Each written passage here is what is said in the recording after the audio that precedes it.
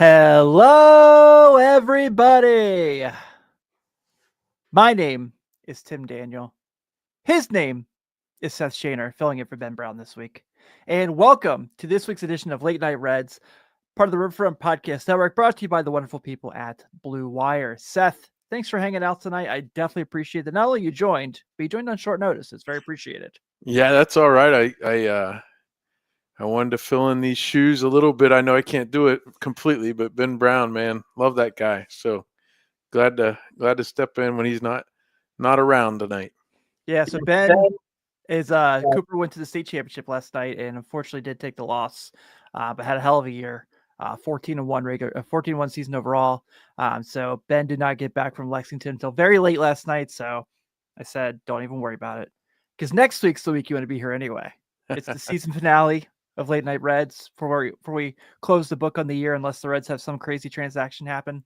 And we will be, Seth and I right now are basically running the Riverfront. So one of us will be doing the Friday show, whether even when Late Night Reds is done for the rest of the year.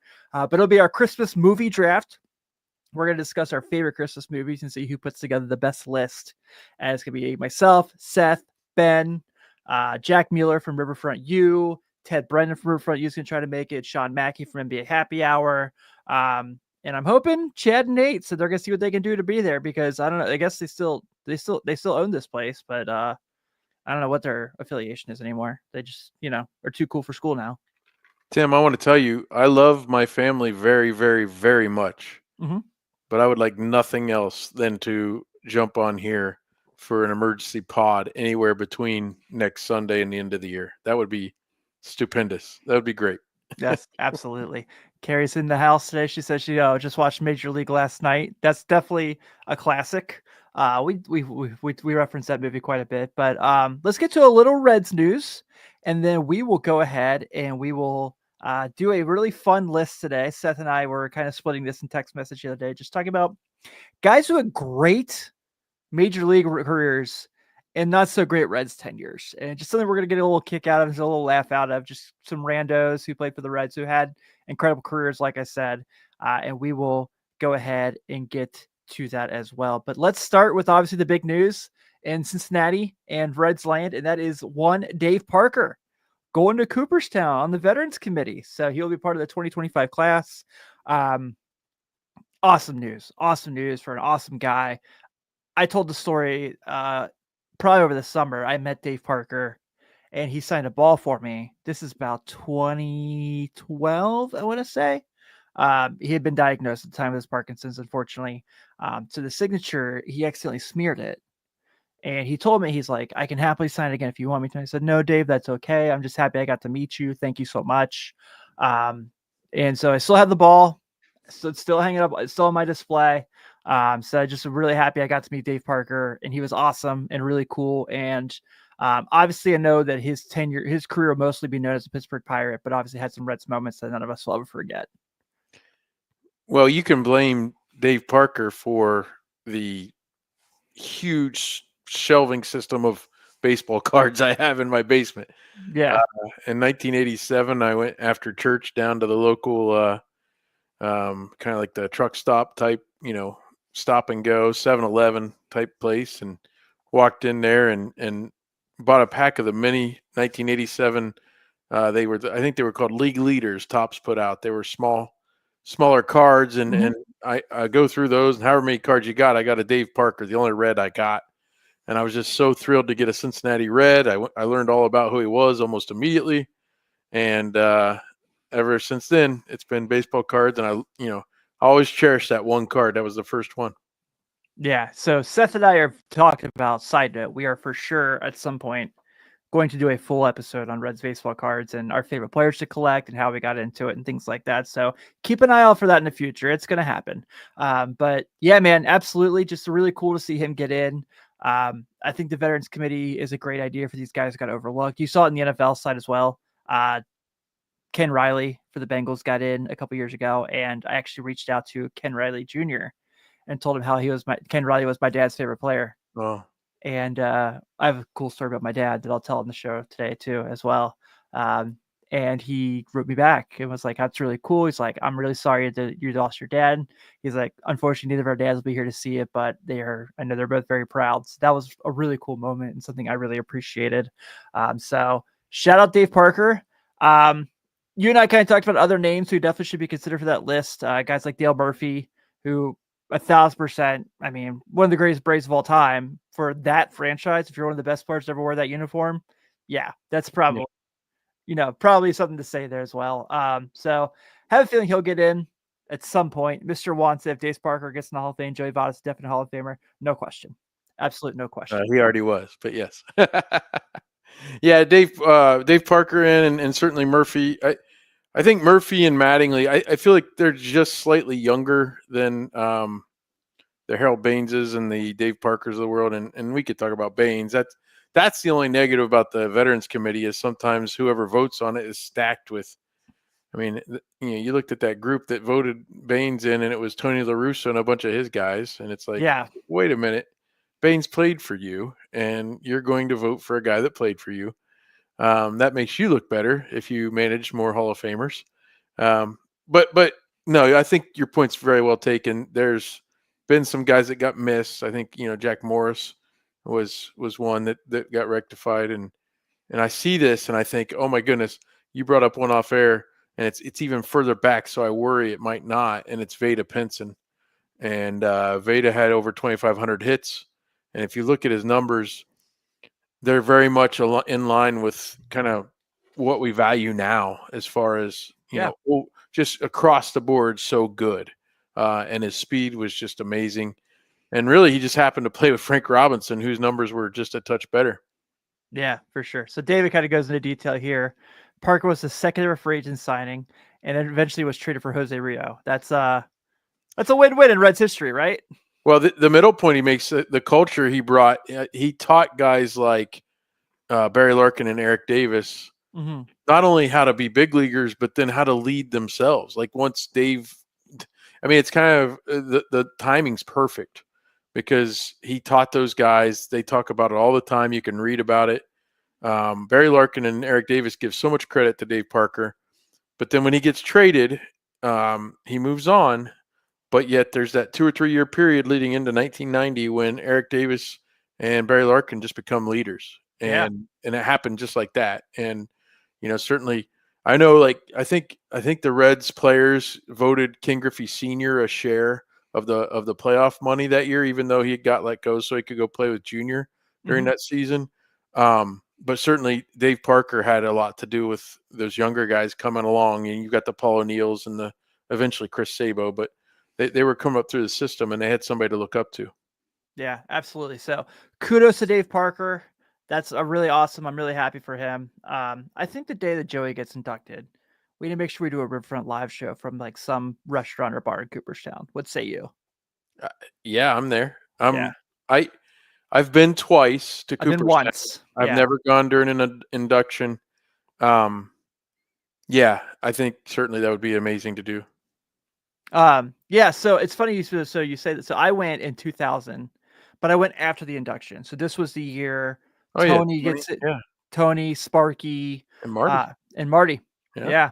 And so I got to go and see all their displays and stuff. And it was the day that so that day you walk around all the displays and it's really, really cool for people who have been, they know exactly what I'm talking about, but like the museum portion of it is even cooler than the Hall of Fame portion. And there was a big cutout on one wall because I think there's like a section. Remember, this is 25 years ago, where every team has a little bit of has like a locker kind of thing where it has a big display. And the Oakland one was Vita Blue.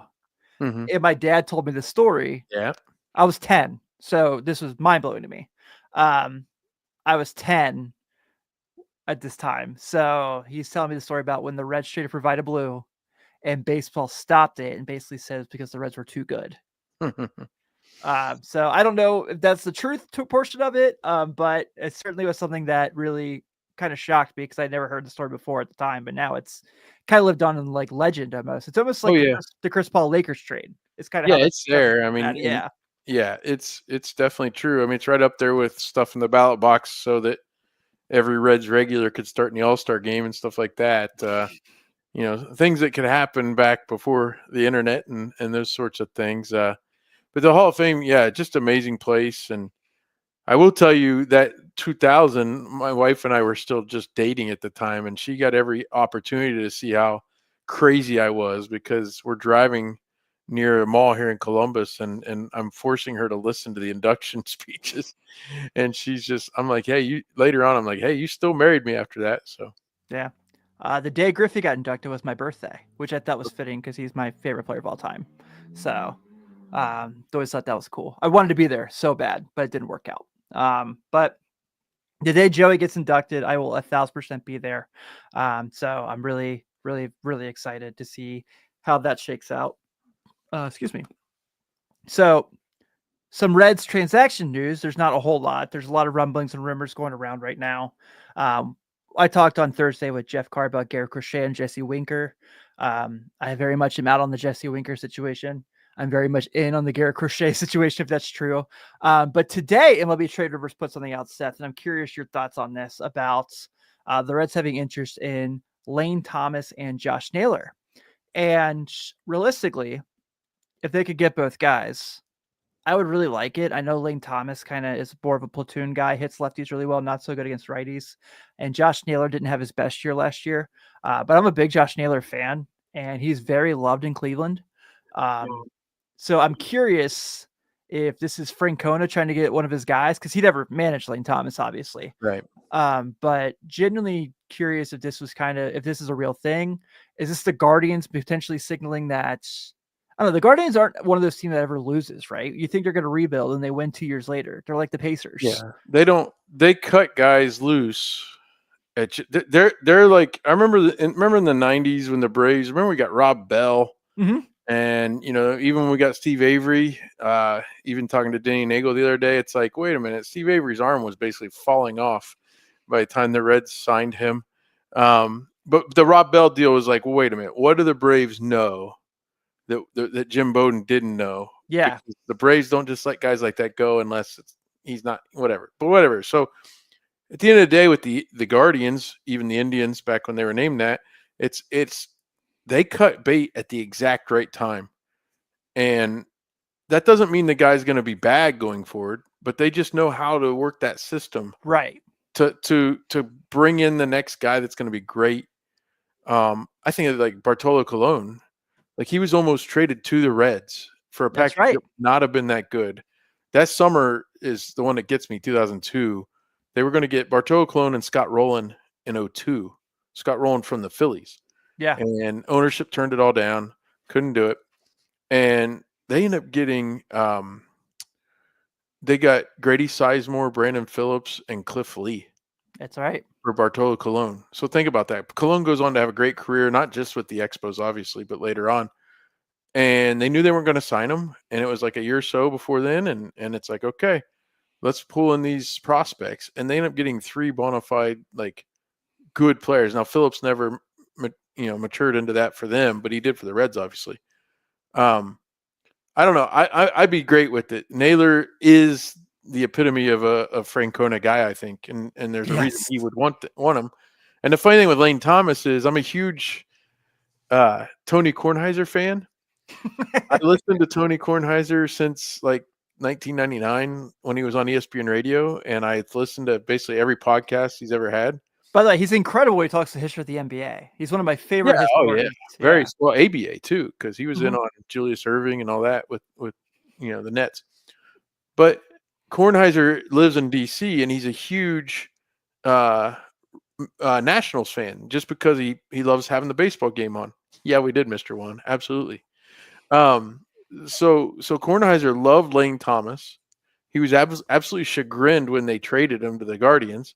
And then he stunk for that first month. Yeah, he did. He was awful for the Guardians for the first whole month he was there, all of like August. And all of a sudden in September and in October, he was great. He was great in the playoffs. Yeah. So Kornheiser, I always, the guys he likes or doesn't like, I always kind of latch on to. And so it's funny that Lane Thomas, he could become a Red. When we signed Dom Smith, like that was crazy because Kornheiser the year before, he could be at our list right here that we're going to do later. Well, I don't even know if he's been that good anywhere else because when he was with the Nats, Like he'd say it'd be 8-1, and he'd hit a solo home run. Yeah. And, there's guys like that you look it up and it's not really true, but it just seems like there's no clutchness to him. And that was Dom Smith. So when the Reds got Dom Smith, I just did the face palm. I was like, oh no. He had a couple good months with the Mets in his 3 or 4 years he was there. He had a good month here and there. Yeah, Mr. One, I'd love to talk sometime about almost having Cologne and Roland. I think actually I was at the Reds Cardinals game in St. Louis, and I was on the way back to Ohio when all that went down. It wasn't a good time. It's I'm trying to think. I think the one time I was at a game when a guy got traded was 2011. I was at the game when Johnny Gomes got traded to the Nationals. Okay. And I remember seeing he was in the lineup, get to the game, and all of a sudden he wasn't in the lineup, and I had no idea what was going on. And all of a sudden, I think it was right after his bobblehead game because I think you're about right on that. Yeah, I was in Detroit for Reds Tigers, and the Reds still had. It was like the second or third time they had Hal Morris, and they sent Hal Morris across he literally walked, almost dug out the dugout. I think even out in the open, and I was at the game either that day or the day before, and they traded him to the Tigers while they were in Detroit. They did the same thing with Devin Mesoraco. They traded him to the Mets in Cincinnati. The Mets were in town facing the Reds. And he said that he went and talked to Walt Jocketty the next day in his full Mets gear, went to his office. And he was like, this is so weird. Well, we could do a show just on trades. Yeah. Even talking to Denny Nagel, I recognized even at the time how good it was to get Denny Nagel. Mm-hmm. But I was in a funk. It was like a Friday night. And listen, I wasn't a guy at college that went to bars necessarily. A big group of friends would usually go out to eat, and then we'd end up, hanging out or being on campus or whatever. And I remember I had to get shaken out of just this doldrums of we traded Brett Boone. And I was so upset. But the one that got me the most probably was Jeff Shaw. Yeah. Basically, he was the first time he ever wore a Dodgers uniform was at the All-Star game because the Reds traded him on the Sunday before the All-Star break to the Dodgers after they'd given them the hometown discount. And he was so mad. He was so mad. Who else was when Jeff Samardzija got traded from the Cubs to the A's? He was elected an All-Star with the Cubs. Yeah, and wore his A's gear. In the All-Star game, I don't think he played, but the Roberto Kelly trade. That's a big one. That's one that's really fascinating when you look at the numbers. Oh my goodness! Yeah, that's a good one. That's a fun one. Well, we got Kelly for Paul O'Neill, and then we flipped Kelly for Deion Sanders. Yeah. I was in a Babe Ruth baseball game the day they got Deion Sanders for Roberto Kelly. I got in a car after the game, and they had it on the radio. Oh, man. That's going to be funny because I have a couple guys from that 97 Reds team. The year Deion was actually pretty damn good for the Reds. That's when he came back because it was 95 was the trade. The Reds in 94, and then he got traded away from the Reds in 95 for Mark Portugal and Darren Lewis and Dave Martinez, the Nationals manager. Yeah. Because wasn't it he said that he wanted to play for the Reds and the Bengals, but Mike Brown wouldn't sign him? He talked about that, and the whole thing, of course, was kind of the low point of his life and all that. And Barry Larkin was a help there, and even God, obviously, he learned to get in touch more with God and that sort of thing. But his low point was in Cincinnati, and then he brought himself up out of that. And so I think he did. He wanted to stay. And of course, he gets traded. He ended up playing for the 49ers after he was traded to the Giants. So he was actually in San Francisco for both teams. Yeah, because Deion's double play is one of my least favorite 30 for 30s, even though I love Deion. It's just, I feel like it was not very well put together. I could watch Tim McCarver get an ice bucket dumped on him over and over. I guess that's a win. Yeah, that's absolutely a win. But yeah, that could be a fun thing. When Ichiro got traded by the Mariners to the Yankees, that was in Safeco. Oh, wow. So there's a few of those. Doug Mankiewicz of the Red Sox, they talk about that on the 2004 Red Sox Netflix doc. Oh, you finally watched it? I finally watched it. I watched it this week. It was very good. I really liked it. But if I spoiled that for somebody, I apologize. But I think everyone knew Doug Mankiewicz played for the Red Sox that year. So yeah. All right, Seth. Well, I want to do a really fun show today, just kind of talking random things because we're at this point in the year and no news is coming out. And so what I wanted to do is kind of do a fun thing where I looked at guys who had really good to great major league careers, but not so great stints with the Reds. And what I mean by that in the random Reds is not necessarily your Shin-Soo Choos and your Greg Vaughns who were here for 1 year and were awesome. Mm-hmm. Or your like I also didn't want to do like your Ryan Madsons who were here and never pitched for the Reds because they got hurt. This was more of the guys who were mainstays who have big major league names, had to stop with the Reds that you're like, I don't want to talk about it. Yeah, and you're not talking about Jeff Hoffman, who right never even made it to the Reds, or even Justin Turner, who had a great career at the Dodgers and then a few other teams, but was actually a Reds farmhand. Yeah, so you're talking about guys who kind of were retreads that just didn't work out. Yeah, they were great somewhere else. Like Tony Fernandez worked out great because he couldn't find anywhere. Bowden signed him in '94, made him play third base, and he was bitter about that, but he was great that year. And obviously, he went off to play shortstop later on somewhere else, so he didn't stay. Yeah, like Kevin Mitchell, Ron Gant, they're not on this list because they were good Reds for their short time with us. Very good.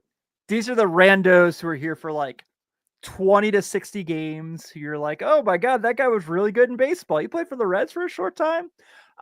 So I want to start here because this guy actually was a starting pitcher in a game, Seth, that I went to. It's one of my favorite games I ever went to. And the first guy I want to talk about is Dontrelle Willis. So Dontrelle Willis, before he went to the Reds, was the Rookie of the Year in 2001. He was a World Series champion in 2003 with the Marlins. Was honestly, you can make the case. There weren't many people who were better athletes than Dontrelle Willis, and he was a pitcher. Also, everyone knows him as a pitcher who could rake as well. He goes to the Tigers, has an okay tenure, very up and down. The Reds get him on the dirt cheap in 2010 in the winter meetings in a minor league deal. And I wanted to kind of bring that up because I met him at Reds Fest that year. And he was extremely cool, Seth. So his numbers in Cincinnati don't look very good. 1-6 with a 5 is what he kind of had.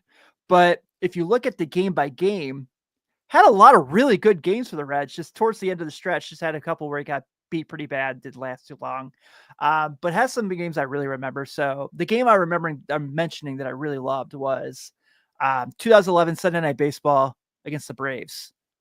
It's the first Sunday Night Baseball game in GABP history. The Reds win on a Drew Stubbs walk-off. I got to tell Drew the story of being at that game. And Dontrelle Willis was really good in that game. I also went to a game where they played the Nationals on a Friday night. And he threw 7 innings and batted 3 for 3. Mm-hmm. I'll never forget when they were at Minute Maid Park and he hit a homer against the Astros. So he was awesome at those times. And I know his Reds tenure was something where it didn't go the way that you wanted it. But if you remember, Seth, I don't know how much you really recollect of his time here, but do you remember like those first 3 or 4 starts? He looked really good. And we thought like we found Dontrelle Willis again. We did. And the funny thing is my friend Matt Andrews, who I've had on Red Lake Roundtable, Matt was calling Louisville Bats games at the time, and he didn't make the big league team. Mm-hmm. And so he had to start out in Louisville. He had a 2.63 ERA down in AAA. And one of the cool things was, and I don't think Matt would mind me sharing this, when they came to Columbus, Matt and I met at Ohio State, and Matt, after he graduated, moved to Louisville and got the job down there. And I think somebody told Dontrelle, hey, Matt Andrews has been, he's from here. This is his town. And so he kind of sidled up to Matt and said, where do I go to eat? And he was like, trying to get what he meant. Like, do you want like, a local dive, a diner? And he's like, no, man, steakhouse. Nice. Where do I go? And he sent him Hyde Park here in Columbus is very, very nice. And so he ended up at Hyde Park Steakhouse. And I think he told him afterward, hey, that was a good place. but yeah, Matt spoke highly of him in this time. And that's the thing too. A lot of those guys, and I didn't send you, like Jason Isringhausen. Mm-hmm. Isringhausen did not put up good numbers for the Reds. He had a great career after he was supposed to be the great starting pitcher of the Mets. He had injuries and things like that. He ended up great closer for the awful Cardinals. Just did great. Was with the A's too during some of that time. Yeah. And probably actually had his first great couple years there. But when he was trying to kind of hang on and he was down in Louisville, it was toward the end of the season even, and he was sticking with it, hoping to get called back up. And I remember Matt talking to me about just how great he was with the young players. Because the big league guys have money, and those guys down there don't. Yeah. And even though they might only be there a couple weeks or even a month, you can tell a lot about a guy by how much he takes care of him. And that was a huge thing with Jason Isringhausen. So he's on that list too. He didn't play very well for the Reds, but definitely had a great career otherwise. Yeah. So the one thing I was going to tell about Dontrell that I wanted to do before we moved on, and that I really made me laugh. So I remember he's, like I said, he signed. He goes to Reds Fest, which was kind of shocking because he signed, I think, a week or so before. And do you remember they used to do the radio booth where Lance and Mo and those guys would be? Yeah. And Dontrell was doing an interview with Lance, and he's like, "Yeah, I'm really excited about this team because they just won the Central. It was the 2010 playoff team." He's like, "I'm really excited I get to hit again." And hit really well for the Reds. So want to make sure I gave Dontrell his love. I know what the numbers say, but I remember him being very good in stretches that year for the Reds. So they ended up going to play for the Phillies, and I think that's where he ended up retiring. I think he had a minor league stint where he signed a minor league deal with the Cubs and didn't Yeah, play he there had very long. a lot of minor league, like even through 2014. I mean, he was all over the place. Actually, the Reds in 2011, I believe, were his last big league stop. Yeah. And so, 2012, 13, and 14, he was independent ball in 12 and 13 and 14 at different times. He did sign, and he pitched in Fresno for the Giants organization. Oh yeah. But yeah, other than that, it was just trying to find a spot. And as much as that sometimes is sad, I actually respect it quite a bit because Me too. a guy who the guy was, Major League Baseball was cashing in on his awesome wind up and his exciting way Yeah, of doing dude. things. And yeah, it was a huge deal like that in that early aughts, the 03 range with the World Series and all that. Marlins legend, Dontrell Willis. So Absolutely. here's one from the same year that wasn't necessarily a great major leaguer, but had moments. And when he signed with the Reds, a lot of people thought was going to be awesome. And that is one Fred Lewis, who came in to be the great platoon in left field with Johnny Gomes and Lance Nix. Lance Nix. So Fred Lewis, who, if I remember correctly, had a really good year with the Blue Jays the year before. Or was it the Giants? It was one of those two. He was a Florida Gator too, I think. He was a Florida Gator. Yeah. But ended up playing about 81 games for the Reds that year because he started off injured. And they brought him in to kind of be this power hitting lefty who could get on base, power hitting righty who could get on base. And he was not that. He had a 638 OPS. He had 3 home runs. I was at one of the games he had a home run because he hit it Cinco de Mayo, and it was a rain delay. So it looked like there was probably about 100 people in the stadium. But Fred Lewis was someone who did not live up to his potential. He's next year he goes to the Mets for about 20 games and is never to be seen again. I think he played in Japan for a little bit after that, actually.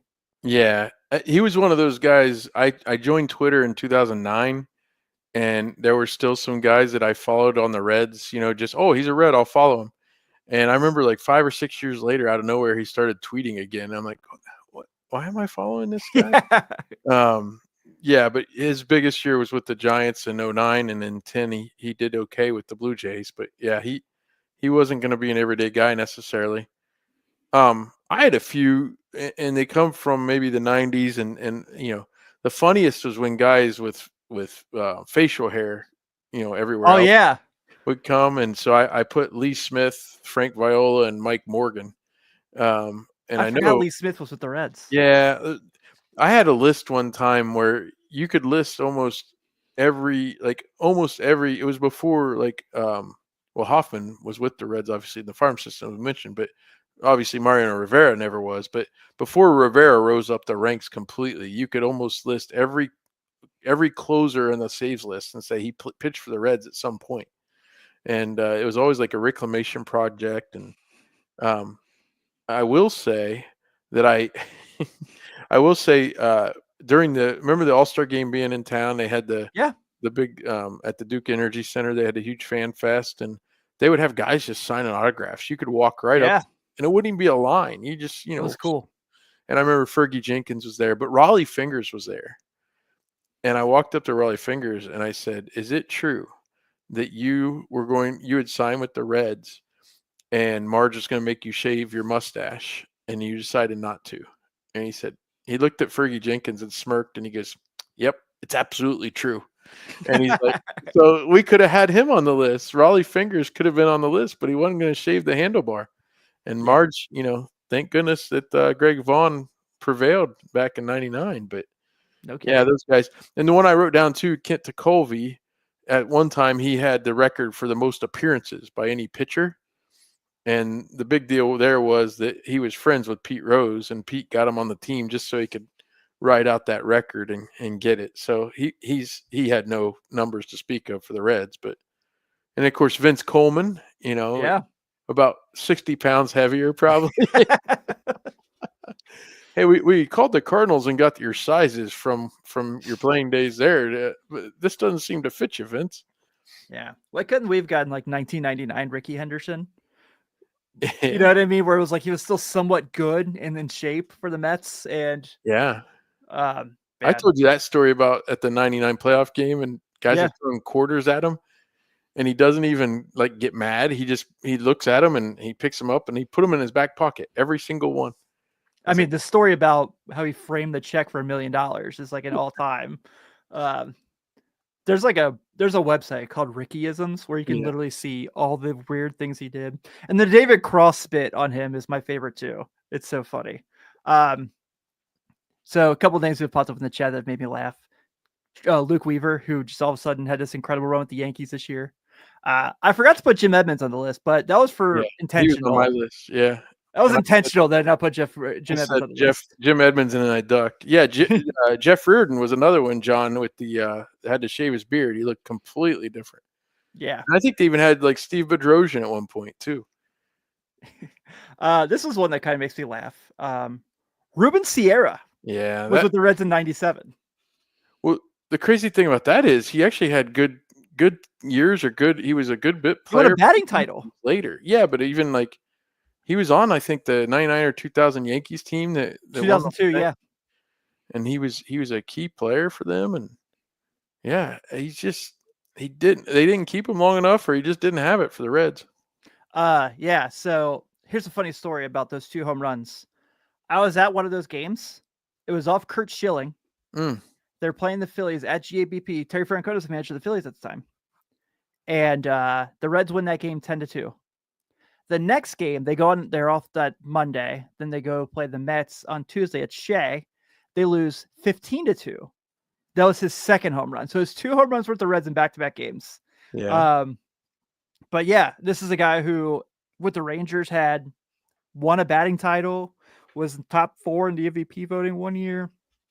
Incredibly talented guy. And like you said, goes to Seattle, has a nice run, goes back to the Rangers for a little bit, plays for that Yankees team. He was part of that Yankee dynasty team that won a few titles. And he was like a big time player for them. So I thought he was a funny one because somehow I saw one of his 2 home runs in Cincinnati. Well, even a couple more random ones, Matt Kemp and Matt Harvey. I was going to bring up Matt Kemp. You're bearing the lead, Seth. Sorry. You mentioned this one off air, so I wanted to make sure I got a laugh out of this one. Former National League MVP Terry Pendleton. Yeah. 50 games with the Reds in the same year. Yeah, they couldn't decide if they wanted to play Willie Green or like. That's the thing, here in Columbus, Chris Holtman got fired last year as a basketball coach, and at one point the AD told him, you have to go with these young guys, and we're going to play young guys. And so he used that as his mantra. Well, that's why we're losing. But he would get these transfers in, and he would just play these guys that weren't that good over these young guys. And I felt like that was kind of what Jim Bowden would really talk up a guy like Willie Green, but then he'd sign 3 retread third basemen to maybe play ahead of him. Yeah. Bob once mentioned one earlier. I forgot to put on the list. Dante Bichette. Yeah, and that one, we've talked about that a lot as I've talked to people, and even on Red Leg Roundtable, if I've talked to guys from that 1999 team, it's like they bring it up. Like, well, they had to get Griffey, but man, what if we would have kept Cameron and Vaughn and tried to run it back? And it's like, I thought, hey, Griffey plus Bichette? I mean, that's And and it turned out, I don't think Vaughn's career after that, even in Tampa Bay, he didn't do nearly as much as he did that year for the Reds. So Right. I was Yeah. kind of like, well, I think it'll be all right. We'll be, Griffey's the best player in baseball for one, and then we'll be fine, And then Bichette, man, I'll tell you something about that. When I was at Comerica Park, and I think it would have been about the same time they traded Hal Morris. I'm there for batting practice, and that was when they had the fences way back all the way Mhm. around. And I'm telling you, Tim, in batting practice, Dante Bichette was having a hard time getting it over the left field wall.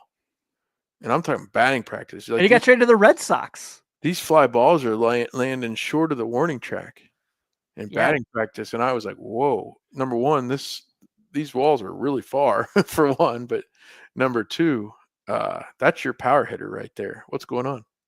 Yeah. And you guys have get traded to Boston of all places. Yeah. So you mentioned him. Matt Kemp. Mm-hmm. 20 games with the Reds. Nice solid 283 slugging. This is a guy who obviously everyone knows. Multi-time All-Star. Really should have been the 2011 MVP instead of Ryan Braun. Even before the suspension for the PEDs, I thought Kemp was better than Braun that year. Honestly. I mean, he was a homer away from being 40-40. But and the next year was the year when he had that crazy start where he had like 18 home runs in April. So he goes to San Diego, goes to Atlanta, goes back to the Dodgers. Actually, the year before he gets traded to the Reds, was an all-star for the Dodgers. And then has this really bad tenure with the Reds.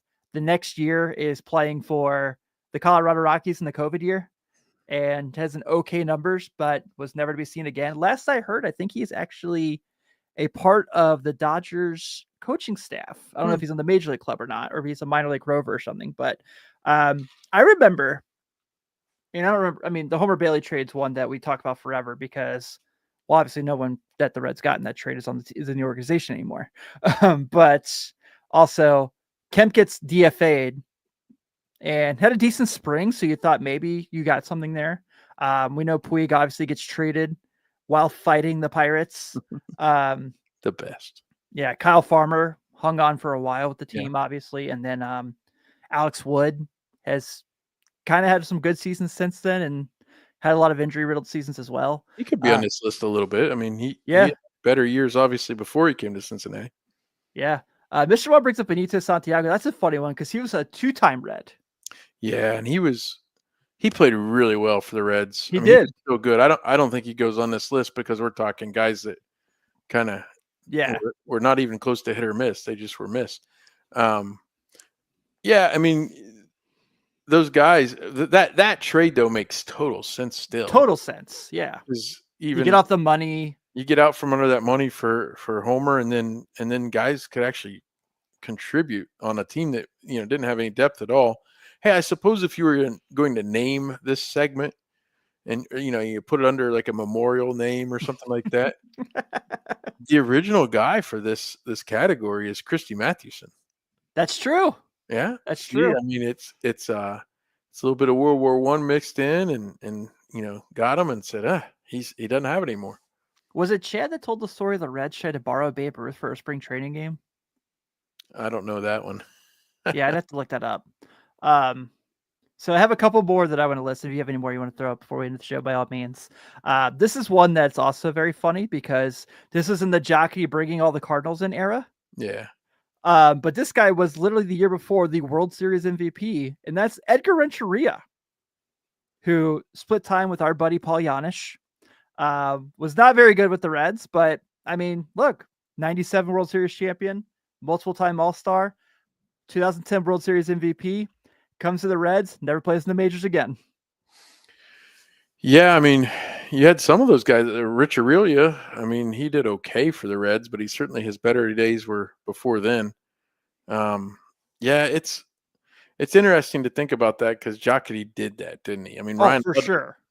Ryan Ludwig. But Ryan Ludwig was good in 2012. Good, but he got hurt, and all that. That kind of doomed things a little bit. But there were so many guys like that you brought over that had played for St. Louis, and it's like, let's get away from these guys, Yeah. Next two are two very easy forgets because they crack me up. Yvonne Gallardo pitched for the Reds. Do people remember this? 3 starts, 2 1/3 innings, only 2 strikeouts, 8 earned runs on 8 hits, and ended up playing and got DFA'd immediately. And you know what's so funny about this?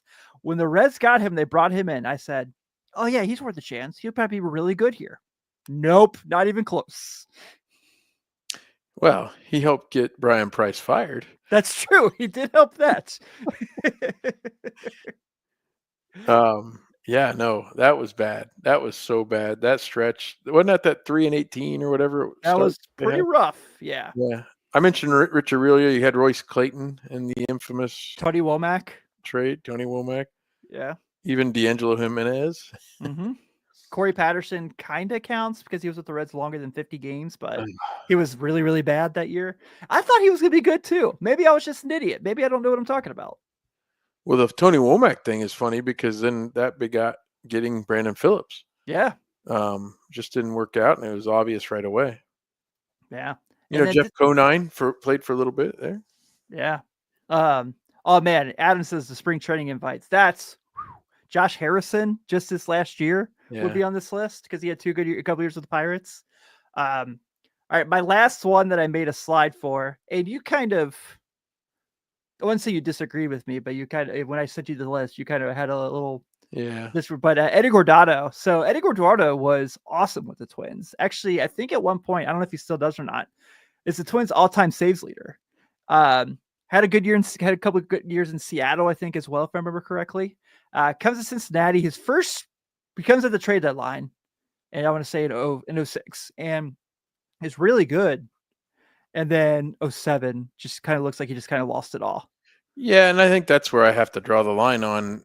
He came in 06, and I thought he gave them a boost. You know, they needed him badly when he came. So I'm a little torn on that one because I thought it makes sense. His arm was hanging, but he earned that name every day Eddie when he was with the Twins in Seattle even. But yeah, but the crazy thing is he pitched till 2009. I know. He left the Reds in 07. I mean, he had a 1.29 ERA with the Reds in 06 after they got him. Yeah, and then 07 it looked and that's fair. That's what we've learned about relievers. I mean, and he had a huge long career before then. He had two All-Star appearances. But we learned that about relievers now. It falls off.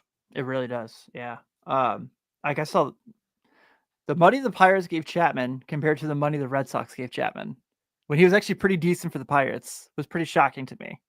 But that's neither here nor there. So another name that popped in my head, and then I'll stop this here, that I wanted to laugh at for a second was Eric Milton. Yes. Oh, that was bad. That was really bad. We couldn't laugh about that 20 years ago. Nope, we could not. He was the opening day starter that year, wasn't he? I think so. I mean, you look at that era, Jimmy Haynes, Joey Hamilton, who was already mentioned in this list. Yeah. Corey Lytle, rest in peace. Man. Forgot about Corey Lytle. The day he died was, he'd already gone to the Yankees by then, but my goodness, it's like when you're a huge fan of a team and you there's something Chris Garber and I talked about recently. It's when you talk about a team all the time, you're watching them day in and day out a whole summer. You get to know them, and I'm talking even before social media, before we could watch every game on TV. You got to know these guys, and boy, to see Corey Lytle die, that just now seeing him on the rubber as an opening day starter was pretty demoralizing too. So, yeah, Joey Hamilton and Jimmy Haynes. There was an Anderson, right, that had pitched for the pitched for the Pirates before. And one of those guys, like C. Trent Rosecrans, knew when he was a kid or something like that, and Jimmy Anderson maybe was his name. Yeah, that was a bad stretch. Yeah, that's why we felt so blessed there in 2012 and in that era. Like, and then even what they put together in 2020 and 21. I mean, there we go. Yeah, Jimmy Anderson. Yep. So Adam Lee asked, and this is funny because you just told the story on Red Lake Roundtable with Denny Nagel. Yeah. Was Drew Henson a Red or Tiger? So he was a Red. He was traded from the Yankees for Denny Nagel, who Seth and I have kind of gushed over as a baseball player. And I was a huge Danny Nagel fan, so your interview with him this week was one of my favorites you've done. It's a great episode. But you tell a really funny story about how I don't want to take your thunder here, but George Steinbrenner, the rumor was he convinced Yeah. Drew Henson to play baseball so Michigan Well, wouldn't beat Ohio State. yeah, he had his draft rights, and he played in the minors, I think, even while being at Michigan. But he was supposed to be the next big thing. And oh, by the way, they had a guy named Tom Brady that nobody wanted to play because they just wanted to see Henson out there. And yeah, that was the deal at that point. And of course, he came back and played for the Cowboys a little Yeah, bit. he did. Um, Backed up Quincy Carter and then ended up starting. and it was bizarre too because do you know how many times Derek Jeter obviously was drafted out of high school in '92 and went straight up through the system pretty quickly. But he's a Michigan fan. He's from Michigan. Yeah. I think Kalamazoo. And I think he actually said Barry Larkin was his favorite player growing up. yeah, but then the thing is he played a year or two in Columbus with the Clippers because back then the That's right. Clippers were the Yeah. Yankees farm system. And it was so bizarre because the Columbus Dispatch is a local paper here, and back when newspapers really mattered. And it was like, this is wild. Drew Henson is standing at third base at Cooper Stadium here in Columbus, and he's not going to be a Michigan quarterback anymore. It's like, oh, yes, thank you. But no, it was just so bizarre, you know. But yeah, he was a Reds farmhand. Did he ever come up? No, I don't think he did. If I remember correctly, I think the Reds traded his contract somewhere in a later deal. Well, and he was always flirting with going back. He played. This says he played 8 total games with the Yankees in 02 and 03. So did he make it to the big leagues? I didn't realize that. But it's only 5 total games over 2 years. Yeah, man. Well, the chat brought some really fun names in. Paul Wilson, obviously everyone remembers for the Kyle Farnsworth fight. I'll never forget that. Yeah, that's right. But the Paul Wilson thing, that goes down really poorly because all they had in the stadium that day was like the perch camera up above like home plate, and Kyle Farnsworth charged him. Yeah. The camera, I remember Sports Center trying to say that it was the other way around. It was like Paul Wilson came down off the mound and he made like a gesture, or no, he got thrown at and he made a gesture, and all of a sudden, boom, he came after him. Yeah, Willie Mo Pena. Yeah. Yeah. Jeter was supposed to be red. The funny thing is, again, you don't draft for need. They just traded Eric Davis, so they said they needed a power hitting outfielder, so they took Chad Mottola. Wait. I just looked it up. That's it. Carrie scared the shit out of me. I was like, what? So, I guess it says Baltimore Orioles scenario sends Ryan Castle to the Reds on Sports Illustrated. And I was like freaking out for a second. Yeah, Adam, the Wilson and Isringhausen and Bill Pulsifer, they were supposed to be the Mets magic, rotation, and all of them at a very early age dropped off. Yeah, Brian Moeller, I remember him coming. He was pretty good for Detroit, was it? And even Todd Jones, remember? Yeah, as well. But yeah, Todd Coffey was a big deal when he came to town. And ended up being okay, I guess. not bad. So I before we got out of here, I wanted to tell. So one of the reasons that sparked this conversation was this week is 2 years since I lost my dad. And I was talking to my wife about today, just kind of like how crazy this is and how wild this is. And I ended up talking to her, and I remembered a baseball game that me and him went to in May of 2011. And Seth, you might remember this game because in May 2011, there was a weekend series when the Redbirds came to town and the Reds swept them. And so why this series jumps out the most is this is the game when Roberto Hernandez hits a home run off Chris Carpenter, and Chris Carpenter delays the game because the smoke from the smokestacks blew onto the field.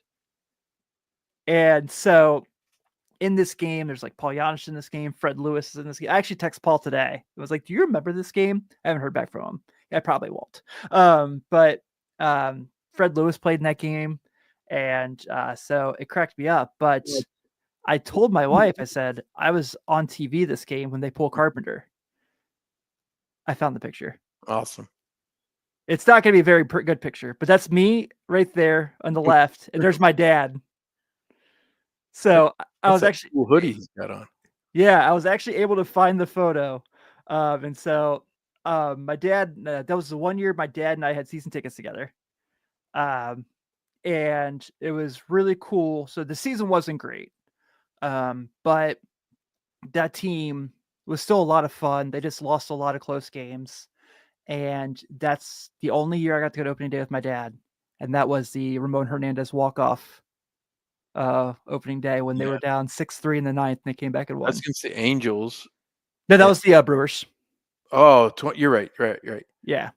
Okay. Because I was at the Angels opening, the first interleague opening day of all time. I was at that game. Yeah, you're right. The Brewers. Yeah. Ramon Hernandez. I remember that game, and that game. I think that game was the one that got cold. It got really cold. Yeah, I was in the bleachers, like sitting on cold metal. The funny thing is, we learned. My grandpa and I, we've gone. I've told that story that we go every year, and the first year we settled in the sun moon deck, and it was okay.